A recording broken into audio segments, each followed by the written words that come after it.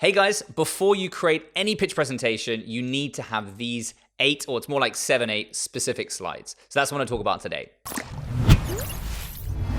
All right, everyone, welcome back to my 9th video in my 100-day YouTube challenge. And today I wanted to talk about there's so many videos out there about different slide presentations and, there's everything that you want to know. But I just wanted to make a very brief presentation today and talk to you all about the 8 bullet points that you should try to answer when making any presentation, whether you're pitching live or this is just a presentation you're going to share with people who are interested in your company. All right, you're wondering, why do I know what I'm talking about? Well, I've been a venture capitalist for several years in London, investing in 2 unicorns, Farfetch and Vestiaire Collectif, which only recently became a unicorn.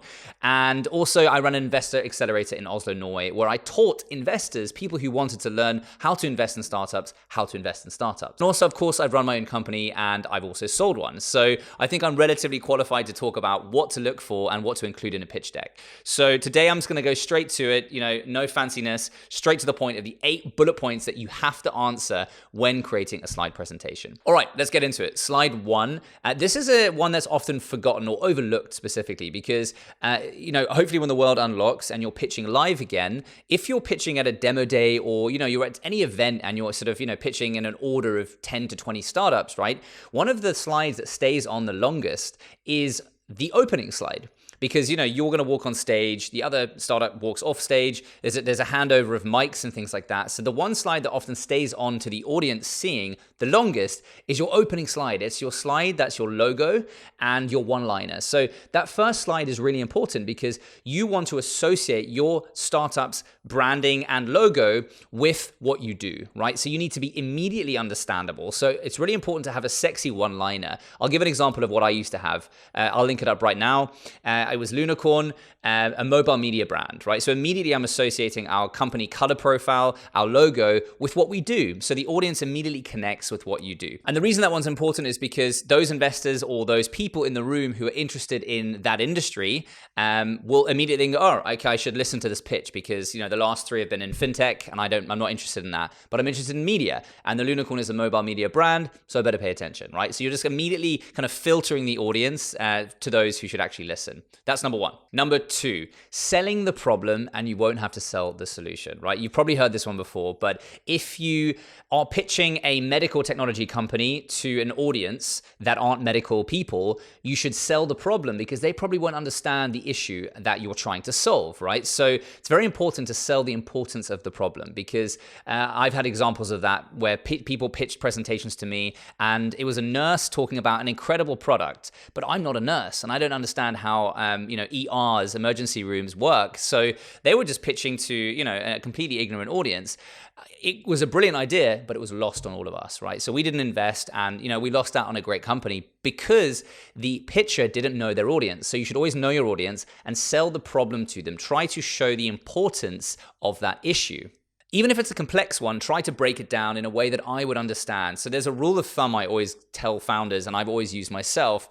You're pitching, specifically when you're talking about the problem, to a room of 10-year-olds, right? So there's not so much of a language barrier. They speak English, but there's a vocabulary limit, right? So you can't go in there throwing buzzwords that are like industry specific. You want to go in there and just be as obviously understandable as possible. All right, number 3 is the solution, right? What are you doing to solve that problem, right? Now, there's a really important element here, which is sort of the power of persuasion and the power of yes, where you basically psychologically convince the audience that they're right because you sell them a problem and obviously now you're going to tell them the solution, right? So, and it's win-win because if your solution is an obvious one, then they're like, oh, why didn't I think of that? Okay, brilliant for these guys and girls. Why are they doing that? And now I have questions. Are they the team to do it? What's their traction like, right? But even if it's a solution that isn't obvious, you're going to surprise the audience, and actually you might put yourself in the seat of basically brilliant people who have come up with an inventive idea that's never been thought of. So either way, whether your solution is obvious or not, you're going to win the audience onto your side. So think about that one.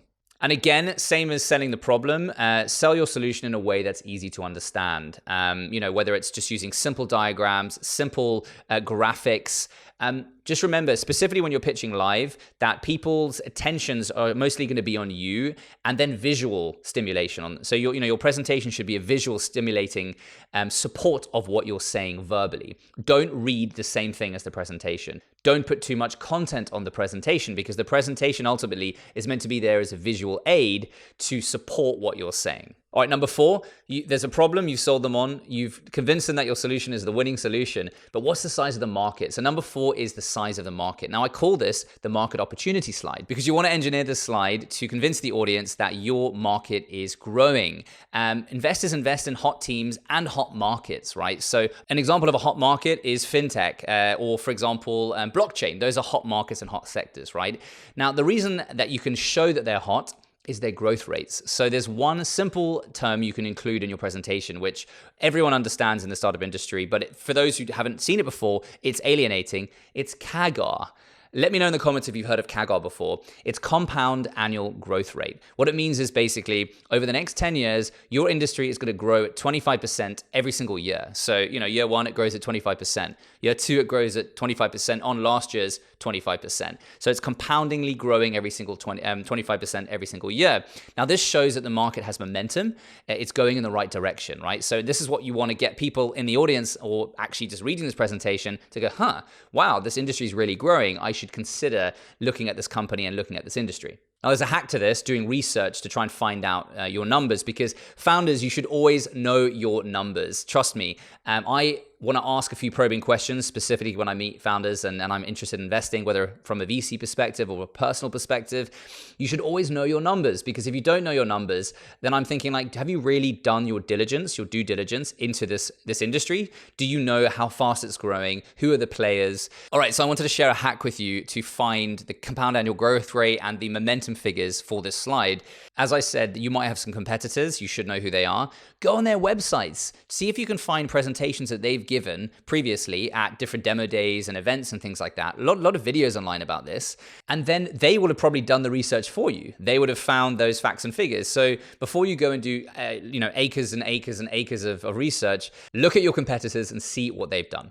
All right, slide 5 is the traction slide. Now, this is a super important one, because what the traction slide basically is, it's a startup buzzword, which I have in my startup buzzword dictionary. Yes, I wrote the dictionary on startup buzzwords. I'll link the shop below. Cartoon illustrated book of 23 startup buzzwords, from bootstrapping to exit. All you need to know. Anyway. So what traction basically means is it's momentum and it's proof of execution in your team and what you've done. So traction over time is basically just, you're growing over time, right? So the gold standard of traction is basically revenue or customer growth, right? Those are ultimately the things you're out there to try and get. But often I have early stage founders come to me and say, hey, we just started. We don't have any traction. But no, it's about phrasing the traction. So traction, obviously the gold standard is revenue and customers and month-on-month growth, week-on-week growth, and all that kind of stuff, right? If you don't have that kind of stuff, then traction is basically that you've found the perfect co-founding team. That's traction. You said, we've gone out there to find 2 co-founders. We knew the known unknowns. We knew that we didn't have a technical co-founder. We knew that we didn't have a marketing co-founder. We went out and found those people. We brought them in. That's traction. You put a willing team together. Traction is also sort of the early stage conversations with your audience, whether you've commissioned a research report, whether you've gone out there and asked 2,000 people or 200 people or just 20 people what they want in this product area, what they're using. So that's traction. That's showing that you as a team are executing over time, because ultimately investors invest in great teams that can execute. What's the best way to show that? A timeline, a simple timeline. So I'll give an example of a timeline I used in a presentation 2 years ago. Basically, I want to see that over a reasonable time frame that you're showing momentum, that you're delivering on what you're saying you're going to do in the long-term goal of what you're trying to sell me to invest in, right? And number 6, the one thing we've forgotten to mention already is, how do we make money, right? So the business model is an important one. If you leave it out, people will always ask that question. So I do want to give you one tip. If you're pitching live and you have a complex business model, or you just find it very difficult to explain that in an easy way, leave it out, because that's the first question you're going to get when you're pitching live. They're going to be, what's the business model? Because then you have engineered the questions you're going to get, which means that you're ready and prepared with great answers for them, right? Don't give me a financial model that's 5 years forecast and your company's 1 year old.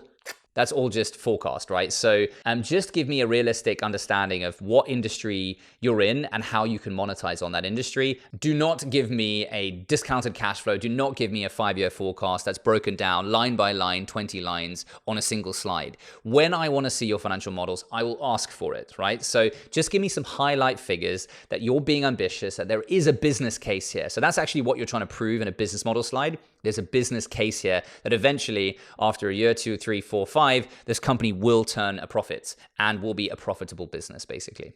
All right, this is probably the most important slide. This slide I've seen people open with after their one-liner, logo pitch vision slide, is the team. So in this slide, it's so important to show that you are the right team to solve this problem. Right? Now, here's a tip. If you are a single founder trying to find those people, that's a known unknown. Something that investors who are well-educated look for is also founders who also know their weaknesses, right? Instead of pretending that they know it all, right? So if you're a single founder or a double founder who have the same background, talk about the fact that, okay, well, we know that we're just two finance majors or whatever.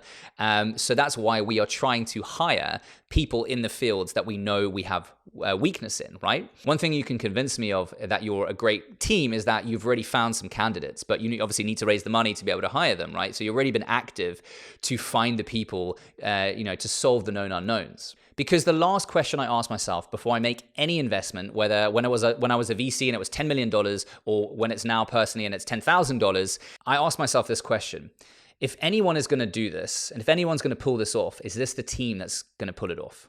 That's what I ask myself before I make an investment. And even if that's a single founder, I'm like, is this individual enough of a magnet, has the grit, the perseverance to attract great people and convince them? Or is this team, do they have the balance that's needed to be a really strong team to hire and attract people, basically? So that's my tip on the team. And then the last one, the 8th one, is obviously a simple one. Like the first one, it's sort of a half slide, really. It's the ask. Think about it. This is a story, right? What's the punchline at the end of it? What's the conclusion? You've gone through everything from, what's the problem, how you're going to solve it, why the market is growing, what you're going to capture in that market, why you have the right team to capture that. Now you're like, okay, but what can you do for me? What's the audience? What's the individual looking or reading at these slides can do for you? What are you missing? Do you need to, are you looking for just people in the audience or reading this to connect you to industry? Are you looking for expertise? Are you looking for investment? What can they bring to the table? So always finish with an ask, a strong ask. Startups forget that too often. They just go, thank you so much, goodbye.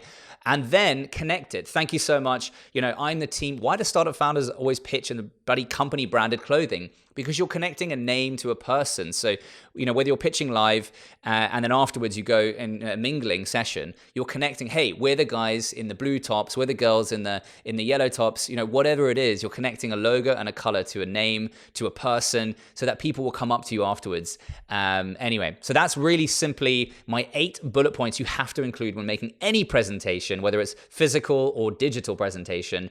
I hope you enjoyed this one. Thank you so much for watching. I'll see you in the next episode. Please think about subscribing to our channel, and I'll see you tomorrow in tomorrow's vlog. Thank you.